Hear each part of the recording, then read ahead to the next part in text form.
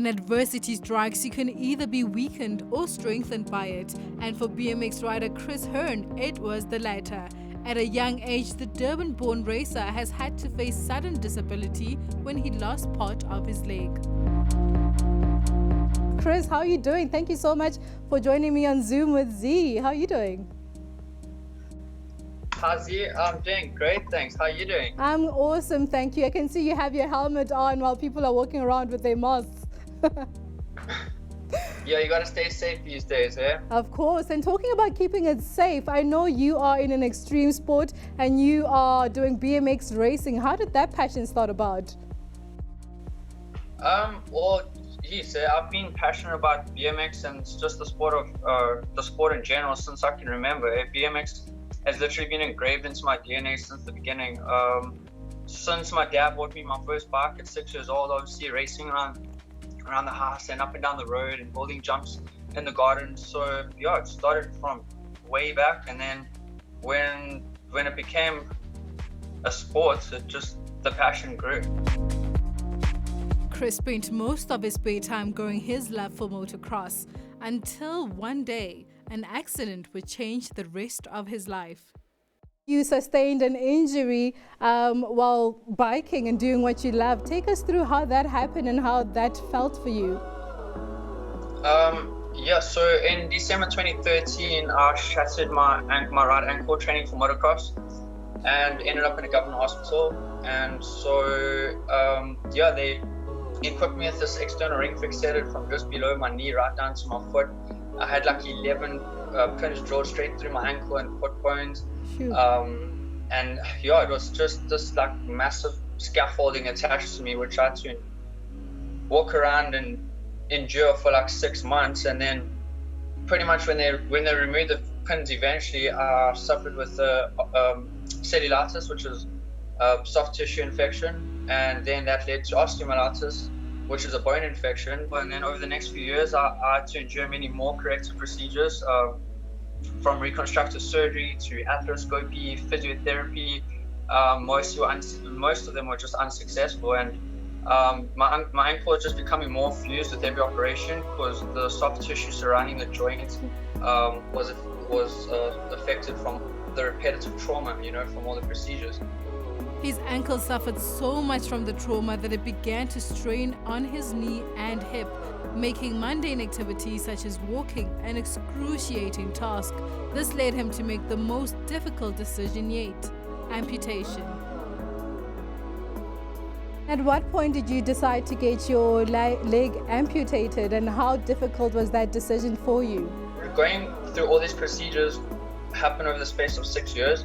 So you must understand it was physically and mentally exhausting, and it took a toll on me. So eventually in 2018, I had a realization that, look, I actually can't live like this. And I so decided to get rid of the part of me holding me back. So I made that decision in 2018. The doctors actually suggested an ankle replacement, but an internal prosthesis didn't sit well with me because it wouldn't have allowed me to race or run or do any impact sports.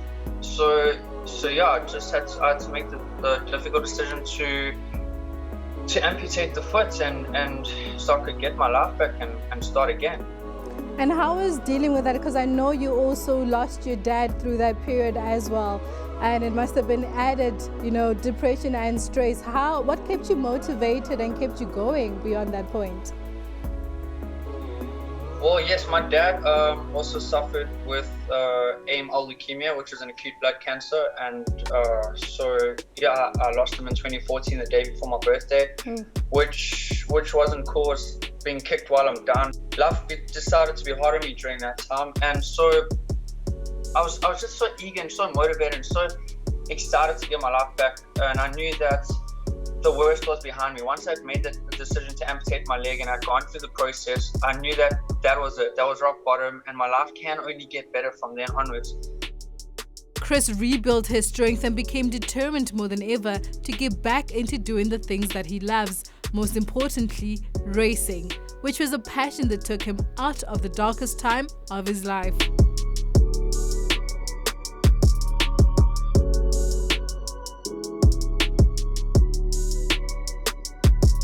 Your mindset is actually quite inspiring.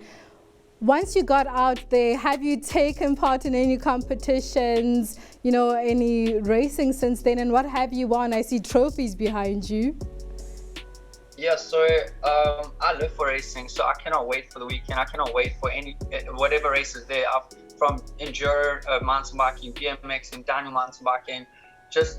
I just want to participate in everything. So yeah, I've showcased some of my trophies and achievements. I don't even know where to start. So this is probably the most important one. When I started BMX racing in 2019, I was the only disabled person in the sport, and obviously I lost my leg in 2018, and getting back to BMX in 2019 and being ranked third in South Africa against the best able-bodied, or some of the best able-bodied riders in the country is a triumph, and it's just beyond me. God honestly just helped give me the strength to go beyond what I believed was possible. Along with that achievement, he also managed to come second in KZN in the cruiser class and third position in his first ever downhill mountain biking race.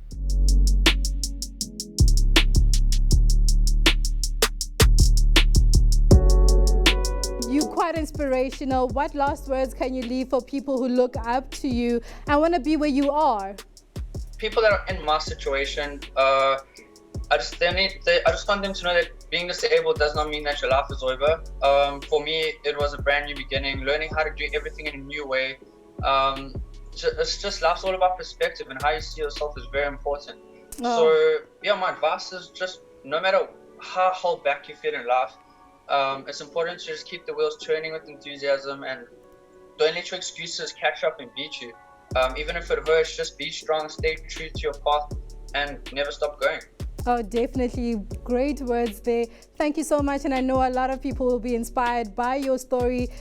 Greatly appreciated that you were here with us. It is all from us, from Zoom with Z and Chris.